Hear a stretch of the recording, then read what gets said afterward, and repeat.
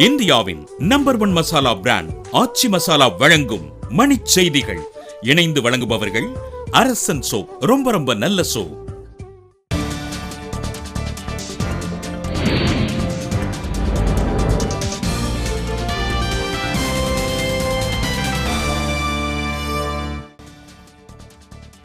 ஆனைக்கட்டி பகுதியில் பெண் மாவோயிஸ்ட் இருசக்கர ஊர்தியில் தப்பிச் சென்றதாக தகவல்.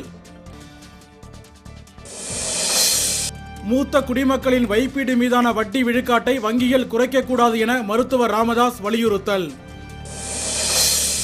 ஜம்மு காஷ்மீர் நார்வாலில் 80 குடிசைகள் தீக்கிரையான விபத்தில் 3 பேர் தீயில் கருகி உயிரிழப்பு. மதுரை மாநகராட்சியை கண்டித்து பிச்சை எடுக்கும் போராட்டம் நடத்திய இந்திய ஜனநாயக வாலிபர் சங்கத்தினர் கைது. சென்னை மாநகராட்சியில் பழைய ரூபாய் தாள்களை பயன்படுத்தி டிசம்பர் 15ஆம் தேதி வரை வரி செலுத்த அனுமதி. உடல் உறுப்பு கொடையை வலியுறுத்தி சென்னையில் மருத்துவ மாணவர்கள் மனித சங்கிலி. தரங்கம்பாடியில் புதையுண்டு கிடக்கும் வரலாற்று சுவடுகளை பாதுகாக்கப்பட்ட பகுதியாக அறிவிக்க கோரிக்கை. தமிழக கடலோர பகுதிகளில் பதுக்கி வைக்கப்பட்ட மீன்பிடி வலைகள் பறிமுதல். சுங்கத்துறை அதிகாரிகள் நடவடிக்கை. மும்பை தாக்குதலில் உயிரிழந்த 166 பேரின் நினைவிடத்தில் முதலமைச்சர் தேவேந்திர பட்னாவிஸ் அஞ்சலி.